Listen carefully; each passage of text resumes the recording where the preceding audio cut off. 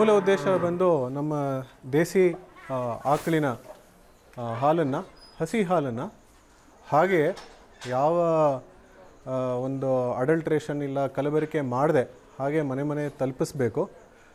ಅದರ ಮೂಲಕ ಅವರ ಆರೋಗ್ಯ ಮತ್ತು ಅವರ ಮನಸ್ಸು ಎಲ್ಲವೂ ಚೆನ್ನಾಗಾಗಿ ಅವರ ಜೀವನ ಹಸನಾಗಬೇಕು ಅನ್ನೋದು ಒಂದು ಮೂಲ ಉದ್ದೇಶದಿಂದ ನಾವು ಶುರು ಮಾಡಿದ್ವಿ. ನಾವು ಒಂದು 4-5 ಜನ ಯುವಕರು ದೊಡ್ಡ ದೊಡ್ಡ ಖಾಸಗಿ ಕಂಪ್ನಿ ಹುದ್ದೆಗಳಲ್ಲಿದ್ದವರು ಅದನ್ನೆಲ್ಲ ಬಿಟ್ಟು ಹಸು ಮತ್ತು ರೈತರ ಹಿಂದೆ ಇದನ್ನು ಒಂದು ಕ್ರಾಂತಿಯಾಗಿ ಮಾಡಬೇಕು ಅಂತ ಹೇಳಿ ಶುರು ಮಾಡಿದ್ವಿ. ಇತ್ತೀಚೆಗೆ ಸ್ವರ್ಣಪ್ರಾಶನ ಅಂತ ಹೇಳಿ ನಾವೊಂದು ಕ್ಷೀರಾಮೃತ ಆಗ್ರೋ ಪ್ರೈವೇಟ್ ಲಿಮಿಟೆಡ್ ಅನ್ನೋ ಒಂದು ಸಣ್ಣ ಸ್ಟಾರ್ಟಪ್, ಡೈರಿ ಸ್ಟಾರ್ಟಪ್ಪನ್ನು ಮಾಡಿದ್ದೀವಿ. ಮೂಲ ಉದ್ದೇಶ ಬಂದು ನರಸಿಂಹನ್ ಅವರು ಹೇಳ್ದಂಗೆ ರೈತರಿಗೆ ಆರ್ಥಿಕವಾಗಿ ಮತ್ತು ಮಾನಸಿಕವಾಗಿ ಸದೃಢಗೊಳಿಸಬೇಕು ಅಂತ. ಮತ್ತು ನಮ್ಮ ಭಾರತ ಜಗದ್ಗುರು ಆಗಬೇಕು ಅಂತ ಆದರೆ, ಸೂಪರ್ ಪವರ್ ಆಗಬೇಕು ಅಂತಾದರೆ ನಮ್ಮ ದೇಶದಲ್ಲಿ 3 ಜನ ಅದಕ್ಕೆ ಒಂದು ಮೂಲ ಸ್ತಂಭಗಳು. ಒಬ್ಬರು ನಮ್ಮ ಸೈನಿಕರು, ಗಡಿಕಾಯೋರು. 2ನೇದು ಅನ್ನ ಕೊಡೋ ಅನ್ನದಾತರಾದಂಥ ರೈತರು. 3ನೇದು ಶಿಕ್ಷಕರು. ಇವರು 3 ಜನನ ನಾವು ಸಬಲೀಕರಣ ಮಾಡಿದಷ್ಟು, ಅವರ ಅನುಗ್ರಹ ಆದಷ್ಟು ನಮ್ಮ ದೇಶ ಸೂಪರ್ ಪವರ್ ಆಗೋದ್ರಲ್ಲಿ ಯಾವುದೇ ಥರವಾದಂಥ ಒಂದು ಅನುಮಾನ ಇಲ್ಲ. ಈ ನಿಟ್ಟಿನಲ್ಲಿ ನಾವು ಸುದರ್ಶನ್ ಗೋಶಾಲೆ ಅವರು 3 ವರ್ಷದ ಹಿಂದೆ ನಾಡಾಕಳನ್ನು ತರಿಸಿಕೊಂಡು ಅದನ್ನು ಬೆಳೆಸೋದು ಮತ್ತು ಅದರ ಸಂವರ್ಧನೆ ಮಾಡಬೇಕು ಅಂತ ಒಂದು ಕೈಂಕರ್ಯವನ್ನು ಹಮ್ಮಿಕೊಂಡ್ರು. ಅದಕ್ಕೆ ನಾವು ಸಾಥ್ ಕೊಟ್ಟು ಇಲ್ಲಿಂದ ಬರೋ ಹಾಲನ್ನು ಬರೀ ಶೀತಲೀಕರಣ ಮಾಡಿ ಅದನ್ನು ಬೆಂಗಳೂರಲ್ಲಿರೋ ಎಲ್ಲ ನಿವಾಸಿಗಳಿಗೆ ಒದಗಿಸೋ ಒಂದು ವ್ಯವಸ್ಥೆ ಮಾಡ್ತಾಯಿದ್ದೀವಿ. ನೀವು ಆಯುರ್ವೇದದಲ್ಲಿ ಕಶ್ಯಪ ಋಷಿಗಳು 1000 ವರ್ಷಗಳ ಮುಂಚೆ ಸ್ವರ್ಣಪ್ರಾಶನ ಅನ್ನೋವನ್ನು ಒಂದು ವಿಷಯವನ್ನು ಉಲ್ಲೇಖ ಮಾಡಿದ್ದಾರೆ ಆಯುರ್ವೇದದಲ್ಲಿ. ಈಗ ಇತ್ತೀಚಿನ ದಿನಗಳಲ್ಲಿ ಮಕ್ಕಳಿಗೆ ಜಾತಕರ್ಮ ಅಂತ ಹೇಳಿ ಮಕ್ಕಳಿಗೆ, ಆಗ ತಾನೇ ಹುಟ್ಟಿದ ಮಕ್ಕಳಿಗೆ 3ರಿಂದ 6 ತಿಂಗಳು ಸ್ವರ್ಣಬಿಂದು ಪ್ರಾಶನ ಅನ್ನೋ ಒಂದು ಲಸಿಕೆಯನ್ನು ಕೊಡಿಸ್ತಾ ಇದ್ದಾರೆ. ಈಗ ಶಾಸ್ತ್ರಗಳಲ್ಲಿ ಉಲ್ಲೇಖ ಇದೆ, ಏನು ಅಂದರೆ ನಮ್ಮ ದೇಸಿ ಆಕಳಲ್ಲಿ ಸೂರ್ಯಕೇತು ನಾಡಿ ಇದೆ, ಈ ಹಂಪಿದೆ, ಇಲ್ಲೊಂದು ಸೂರ್ಯಕೇತು ನಾಡಿ ಇದೆ. ಆ ಆಕಳು ಎಲ್ಲ ಭೂಮಿಯಲ್ಲಿ ಹೋಗಿ, ಗೋಚರ ಭೂಮಿಯಲ್ಲಿ ಹೋಗಿ ಮೇಯ್ದು ಬರೋವಾಗ ಆ ಸೂರ್ಯಕೇತು ನಾಡಿಯಿಂದ ಅದರ ರಕ್ತದಲ್ಲಿ ನಾನಾ ಥರವಾದಂತಹ ಒಂದು ಶಕ್ತಿಗಳು, ಆ ಕಶ್ಯಪ ಮುನಿಗಳು 1000 ವರ್ಷದ ಮುಂಚೆ ಆಯುರ್ವೇದದಲ್ಲಿ ಉಲ್ಲೇಖ ಮಾಡಿದ್ದಾರೆ. ಏನು ಅಂದರೆ ಸ್ವರ್ಣಪ್ರಾಶನ ಅನ್ನೋಂಥ ಒಂದು ವಿಧಿಯನ್ನು ಉಲ್ಲೇಖ ಮಾಡಿದ್ದಾರೆ. ಇತ್ತೀಚಿನ ದಿನಗಳಲ್ಲಿ ಸ್ವರ್ಣಬಿಂದು ಪ್ರಾಶನ ಅಂದರೆ ಜಾತಕರ್ಮ ಅಂಥೇಳಿ ಆಗ ತಾನೇ ಹುಟ್ಟಿದ ಮಕ್ಕಳಿಗೆ ಮತ್ತು ಶಿಶುಗಳಿಗೆ 3ರಿಂದ 6 ತಿಂಗಳು ಪ್ರತಿ ತಿಂಗಳು ಒಂದು ಸ್ವರ್ಣವನ್ನು ಲಸಿಕೆಯಾಗಿ ಕೊಡುವಂಥ ಒಂದು ಪದ್ಧತಿ ಇತ್ತೀಚಿನ ದಿನಗಳಲ್ಲಿ ತುಂಬ ಒಂದು ಪಾಪ್ಯುಲಾರಿಟಿ ಇಲ್ಲ, ಅದರ ಬಗ್ಗೆ ಪ್ರಚಾರ ಬಂದಿದೆ. ಅದರ ಶಾಸ್ತ್ರಗಳಲ್ಲಿರೋ ಅಷ್ಟು ಹಿನ್ನೆಲೆಗಳನ್ನು ನಾವು ವೈಜ್ಞಾನಿಕವಾಗಿ ಅಂದರೆ ಲ್ಯಾಬ್ ಮೂಲಕ ಅದರ ಒಂದು ಸತ್ಯವನ್ನು ತಿಳಿಯೋಣ ಅಂತ ಹೇಳಿ ಸುದರ್ಶನ ಗೋಶಾಲೆಯಲ್ಲಿಂದ ನಾವು ತರಿಸ್ತಾ ಇದ್ದಿದ್ದ ಹಾಲನ್ನು ನಮ್ಮ ದೇಶದ FSSAI accredited NABL lab,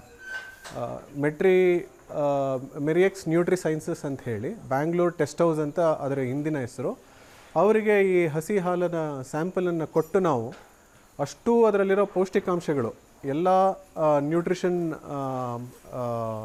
values ಮತ್ತು ಪ್ರೆಸೆನ್ಸ್ ಆಫ್ ಟ್ರೇಸ್ ಮೆಟಲ್ಸ್ ಅಂತ ಹೇಳಿ, ಅಂದರೆ ಅದರಲ್ಲಿ ಯಾವ್ಯಾವುದ್ರ ಖನಿಜಗಳಿದೆ, ಅಲೌಕಿಕವಾದಂಥ ಖನಿಜಗಳು ಇದೆಯಾ ಅನ್ನೋದ್ರ ಬಗ್ಗೆನೂ ಪರೀಕ್ಷೆ ಮಾಡಿಸಿದ್ವಿ.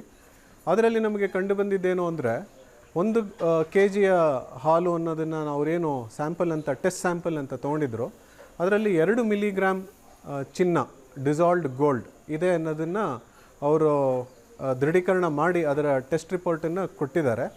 ಸೊ ಇದರಿಂದ ಒಂದು ಸತ್ಯ ಏನು ಹೊರಹೊಮ್ಮಿತು ಅಂದರೆ, ಶಾಸ್ತ್ರಗಳಲ್ಲಿ 1000 ವರ್ಷ ಮುಂಚೆ ಕಶ್ಯಪ ಮಹರ್ಷಿಗಳು ಹೇಳಿದ್ದ ಏನು ಸತ್ಯ, ಗೋಚರವಾಗಿ ಹೇಳಿದ್ದ ಸತ್ಯ ಏನಿತ್ತು ನಮ್ಮ ಋಷಿಗಳು, ಅದಷ್ಟು ಸತ್ಯವನ್ನು ಮತ್ತೆ ಆಧುನಿಕ ವಿಜ್ಞಾನವೂ ಕೂಡ ಪುಷ್ಟೀಕರಿಸಿದಂಥ ಒಂದು ರಿಪೋರ್ಟನ್ನು ಈಗ ನಾವು ಕಣ್ಮುಂದೆ ನೋಡ್ಬೋದು.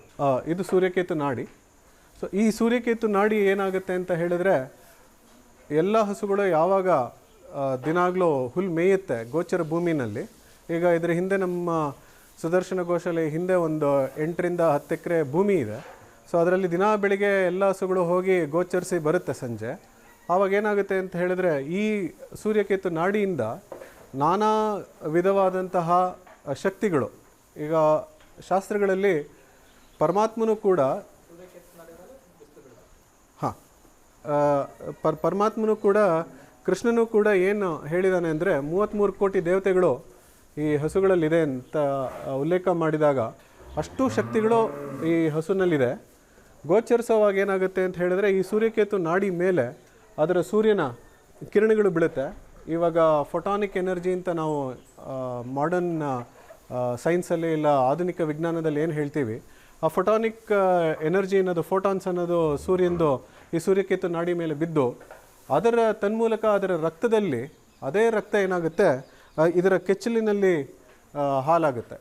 ಆ ಹಾಲಲ್ಲಿ ಅದು ಆ ರಕ್ತ ಅದೇ ಕೆಚ್ಚಲಿನಲ್ಲಿ ಹಾಲು ಆಗೋವಾಗ ಆ ಸೂರ್ಯಕೇತು ನಾಡಿಯಿಂದ ಏನು ಅದರಿಂದ ಟ್ರಾನ್ಸ್ಫಾರ್ಮೇಷನ್ ಅಂತ ಏನು ಹೇಳ್ತೀವಿ, ಅಲ್ಲಿಂದ ಅದು ಏನೋ ಸುವರ್ಣ ಅಂದರೆ ಸ್ವರ್ಣ, ಡಿಸಾಲ್ವ್ಡ್ ಗೋಲ್ಡ್ ಸ್ವರ್ಣ ಆಗ್ತಿದೆ ಅನ್ನೋದನ್ನು ಒಂದು ಪ್ರೋಸೆಸ್ ಅಂತ ಶಾಸ್ತ್ರಗಳಲ್ಲಿ ಉಲ್ಲೇಖ ಆಗಿದೆ. ಅದು ಉಲ್ಲೇಖ ಆಗಿದ್ದು ಇವಾಗ ನಮಗೆ ಇತ್ತೀಚಿನ ನಮ್ಮ ನಾವೇನು ಸಂಶೋಧನೆ ಮಾಡಿ ಈಗ ಲ್ಯಾಬಲ್ಲಿ ಒಂದು ಟೆಸ್ಟ್ ರಿಪೋರ್ಟ್ ಬಂದಿದೆ NABL ಲ್ಯಾಬಲ್ಲಿ, ಅದರಲ್ಲಿ ಇದನ್ನು ದೃಢೀಕರಿಸಿದ್ದೀವಿ. ಸೊ ಈ ನಿಟ್ಟಿನಲ್ಲಿ ನಾವು ಈಗಾಗಲೇ ಸಾಕಷ್ಟು ಒಂದು ಕೆಲಸಗಳನ್ನು ಮಾಡಿದ್ದೀವಿ. ಸೊ ಇದು ಮತ್ತೆ ಮಾಡರ್ನ್ ಸೈನ್ಸ್ ಅಂದರೆ ಆಧುನಿಕ ವಿಜ್ಞಾನ ಕೂಡ ಹೌದಪ್ಪ, ಸಾವಿರಾರು ವರ್ಷ ಮುಂಚೆ ಋಷಿಗಳೇ ಹೇಳಿದ್ದ, ಶಾಸ್ತ್ರಗಳಲ್ಲಿರೋ ಹೇಳಿದ್ದ ಮಾತು ಬರೀ ಮಾತಲ್ಲ, ಅದು ಅದರಲ್ಲಿ ಆಧುನಿಕ ವಿಜ್ಞಾನದ ಒಂದು ವೆರಿಫೈ ಮಾಡಿರೋ ಒಂದು ಸತ್ಯವು ಇದೆ ಅನ್ನೋದನ್ನು ನಾವು ಇವತ್ತು ನೋಡ್ತಾ ಇದ್ದೀವಿ. ಇವಾಗ ಚಿನ್ನ ಅದರಿಂದ ತೆಗಿಬೋದು ಅನ್ನೋದು ಇನ್ನೂ ಒಂದು ಮುಂದಿನ ಒಂದು ಹೆಜ್ಜೆ ಆಗುತ್ತೆ. ಆದರೆ ಈಗ ಸದ್ಯಕ್ಕೆ ನಾನು ಅದನ್ನು ಸುಮಾರು ಜನ ವಿಜ್ಞಾನಿಗಳ ಹತ್ರ ಮಾತಾಡಿದಾಗ ಅವ್ರು ಏನು ಹೇಳ್ತಾ ಇದ್ದಾರೆ ಅಂದರೆ, ಅದು ಆಲ್ರೆಡಿ ಡಿಸಾಲ್ವ್ಡ್ ಫಾರ್ಮಲ್ಲಿದೆ. ಸೊ ಡಿಸಾಲ್ವ್ಡ್ ಫಾರ್ಮಲ್ಲಿ ಆ ಹಾಲು ಒಳಗಡೆ ಡಿಸಾಲ್ವ್ಡ್ ಫಾರ್ಮಲ್ಲಿ ಇರೋದ್ರಿಂದ ಅದನ್ನು ಹಾಗೇ ಅಂದರೆ ಆ್ಯಸ್ ಇಟ್ ಇಸ್ ನಾವು ಬೇರೆ ಬೇರೆ ಕೆಮಿಕಲ್ ಅಡಿಟಿವ್ಸ್ ಹಾಕದೆ ತೆಗಿಲಿಕ್ಕೆ ಬರಲ್ಲ. ಮತ್ತು ಆ ಪ್ರೋಸೆಸ್ ಮಾಡೋವಾಗ ಅಂದರೆ ಈಗ ಆ 2 ಮಿಲಿಗ್ರಾಮ್ ಚಿನ್ನ ತೆಗಿಬೇಕು ಅಂತ ನಾವು ಯೋಚನೆ ಮಾಡಿ ತೆಗೆಯೋ ಒಂದು ಪ್ರೋಸೆಸ್ ಮಾಡಿದರೆ ಅದರ ಖರ್ಚು ತುಂಬ ದುಬಾರಿ ಆಗುತ್ತೆ ಅಂತ ಹೇಳಿ ಇಟ್ ವಿಲ್ ಬಿ ಎಕ್ಸಾರ್ಬಿಟೆಂಟ್ಲಿ ಹೈ ಅನ್ನೋ ಒಂದು ಮಾತನ್ನು ಹೇಳಿದ್ದಾರೆ. ಇನ್ನೊಂದು ಇದರದ್ದು ಮುಖ್ಯವಾದಂಥ ಅಂಶ ಏನು ಅಂದರೆ, ಆ 2 ಮಿಲಿಗ್ರಾಮ್ ಡಿಸಾಲ್ವ್ಡ್ ಗೋಲ್ಡ್ ಇದೆಯಲ್ಲ, ಪ್ರತಿಯೊಬ್ಬ ಮನುಷ್ಯನೂ ಆ ಹಾಲನ್ನು ಸ್ವೀಕಾರ ಮಾಡುವಾಗ ಪ್ರತಿ ದಿನ ನಿತ್ಯ ರಾತ್ರಿಯ ವೇಳೆ ಊಟ ಮಾಡಿದ ನಂತರ ಒಂದು ಲೋಟ ಹಾಲನ್ನು ಒಂದು ಸ್ವಲ್ಪ ಚುಟುಕ ಅರಿಶಿನ ಹಾಕಿ ಅದರ ಜೊತೆ ಚೆನ್ನಾಗಿ ಅದನ್ನು ಕಲಸಿ ಕುಡಿದಾಗ ಆ 2 ಮಿಲಿಗ್ರಾಮಿಂದ ಅಷ್ಟು ಸ್ವರ್ಣ ಅವರ ದೇಹದೊಳಗೆ ಹೋಗ್ತಾ ಇದೆ. ಮತ್ತು ಈ ಸ್ವರ್ಣ ಏನು ಮಾಡುತ್ತೆ ಅಂತ ಹೇಳಿದ್ರೆ, ಕಶ್ಯಪ ಮುನಿಗಳೇ ಹೇಳ್ದಂಗೆ ಅವರ ಮೇಧಾಶಕ್ತಿಯನ್ನು, ಅವರ ದೈಹಿಕ ಶಕ್ತಿಯನ್ನು, ಅವರ ಓಜಸ್ಸನ್ನು ಅಂದರೆ ಅವರ ಲೈಫ್ ಸ್ಪ್ಯಾನ್, ಮತ್ತು ಇತ್ತೀಚಿನ ದಿನಗಳಲ್ಲಿ ಬೆಂಗಳೂರಲ್ಲಿ ಒಂದು 200ರಿಂದ 300 ಫರ್ಟಿಲಿಟಿ ಕ್ಲಿನಿಕ್ಗಳು ಶುರುವಾಗಿದೆ. ಈ ಫರ್ಟಿಲಿಟಿ ಕ್ಲಿನಿಕ್ ಆಗೋಕ್ಕೆ ಒಂದು ಮುಖ್ಯ ಕಾರಣ ಏನು ಅಂದರೆ, ಒಂದು ವೀರ್ಯದ ಒಂದು ಸ್ಖಲನ ಆಗ್ತಾಯಿದೆ ಎಲ್ಲ ಕಡೆನೂ. ಆ ವೀರ್ಯ ಸ್ಖಲನ ಆಗಿದ್ದರಿಂದ ಮಕ್ಕಳು ಯಾರು ಹುಟ್ಟುತ್ತಾರೆ ಇಲ್ಲ ಮಕ್ಕಳು ಹುಟ್ಟಬೇಕು ಅಂತಿರೋ ಕಪಲ್ಸ್ ಯಾರಿದ್ದಾರೆ ಅವ್ರಿಗೆ ಬಂಜೆತನ ಆಗ್ತಾಯಿದೆ, ಮತ್ತೊಂದು ಮಗದೊಂದು ನಾನಾ ಪ್ರಕಾರವಾದಂಥ ಒಂದು ಸಮಸ್ಯೆಗಳು ಉಂಟಾಗ್ತಾಯಿದೆ. ಋಷಿಗಳು ಹೇಳಿದ್ದ ಪ್ರಕಾರ ಈ ಹಾಲನ್ನು ಸೇವಿಸ್ತಾ ಬಂದರೆ ಅಂಥ ಎಲ್ಲ ಸಮಸ್ಯೆಗಳು ದೂರ ಆಗುತ್ತೆ. ಮತ್ತು ಮನಸ್ಸಿನ ಏನು ತೇಜಸ್ಸಿದೆ, ಓಜಸ್ಸಿದೆ, ಎರಡೂ ವರ್ಧನೆ ಆಗುತ್ತೆ. ಆ್ಯಂಟಿ ಏಜಿಂಗ್ ಫಾರ್ಮುಲಾ ಅಂತ ಇತ್ತೀಚಿನ ಕಾಸ್ಮೆಟಿಕ್ ಕಂಪ್ನಿಗಳು ಒಂದು ನಾನಾ ಫಾರ್ಮುಲಾಗಳು ಕಂಡುಹಿಡಿತಾ ಇದ್ದಾರೆ. ಈ ಸ್ವರ್ಣದಲ್ಲಿ ಕಶ್ಯಪ ಮುನಿಗಳು ಸಾವಿರಾರು ವರ್ಷ ಮುಂಚೆ ಉಲ್ಲೇಖ ಮಾಡಿರೋದೇನು ಅಂದರೆ, ಈ ಸ್ವರ್ಣ ಪ್ರಾಶನದಿಂದ ಆ್ಯಂಟಿ ಏಜಿಂಗ್ ಅಂದರೆ ಮನುಷ್ಯ ಅವನ ಪೂರ್ಣಾಯುಸ್ಸು, ಈಗ ಮುಂಚೆ ಅವ್ರು ಹೇಳ್ದಂಗೆ 100ರಿಂದ ಶತಾಯುಷಿ, ಜೀವೇಮ ಶರದಶತಂ ಅಂದರೆ 100 ವರ್ಷ ನಾವು ಬದುಕಬೇಕು.